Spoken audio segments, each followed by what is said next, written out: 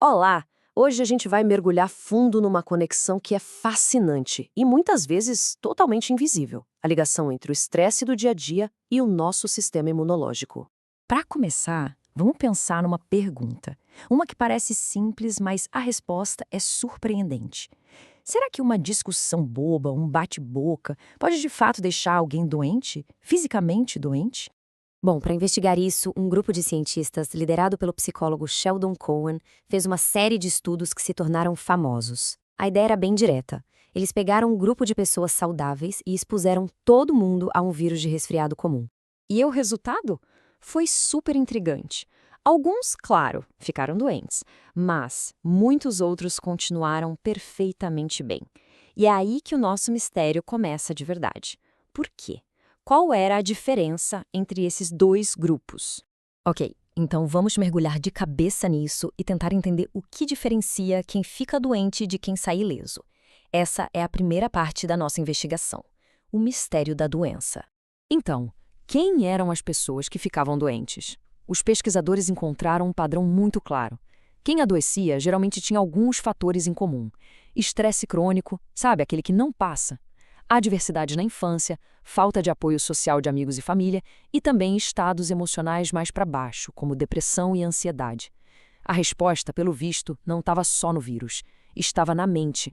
Para a gente entender como a mente pode ter tanto poder sobre o corpo, a gente precisa primeiro conhecer as defesas do nosso organismo.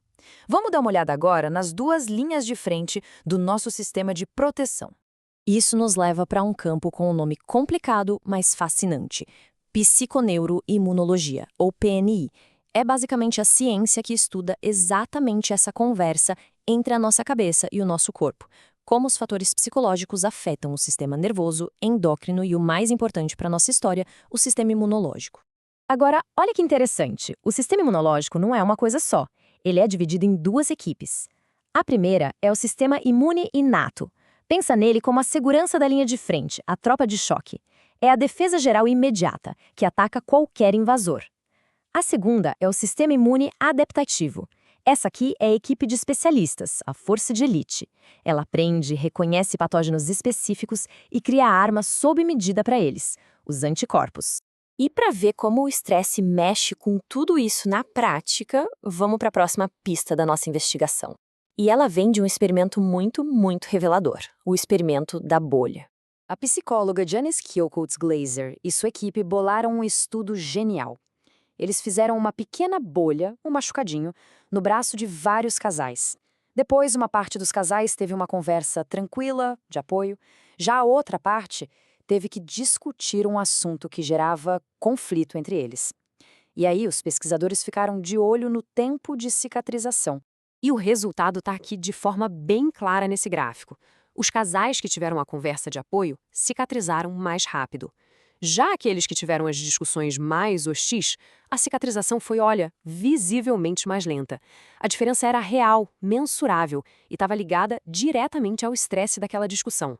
Pensa só nisso. Uma discussão de menos de 1 hora foi o suficiente para suprimir o sistema imunológico a ponto de uma feridinha levar 1 ou até 2 dias a mais para cicatrizar.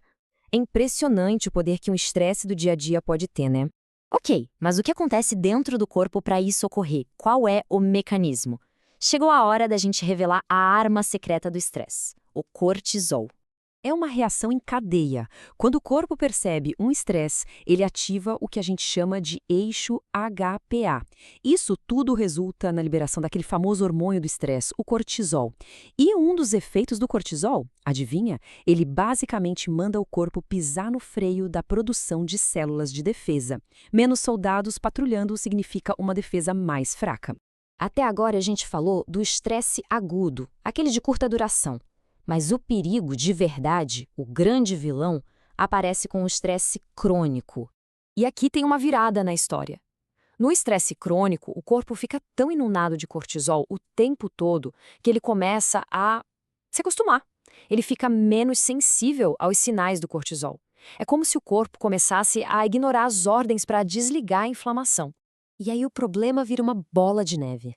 Porque ao mesmo tempo em que o sinal para desligar a inflamação é ignorado, o estresse crônico aumenta a produção dos agentes que ligam a inflamação. O resultado é um sistema completamente desregulado, que não sabe mais quando parar. Isso nos leva diretamente ao grande vilão dessa história toda: a inflamação crônica. O atacante silencioso. E por que a inflamação crônica é tão perigosa? Porque ela é como uma pequena guerra acontecendo dentro do corpo o tempo todo. Ela está associada a um risco maior de ataques cardíacos, ao desenvolvimento de depressão, de demência e até a múltiplos tipos de câncer. É um dos principais caminhos que o estresse usa para causar danos reais e duradouros. Então, o ponto crucial aqui é este. O perigo final do estresse de longo prazo não é ter um sistema imunológico fraco. Na verdade, é ter um sistema imunológico desequilibrado, que fica preso num estado de inflamação crônica e acaba atacando o próprio corpo.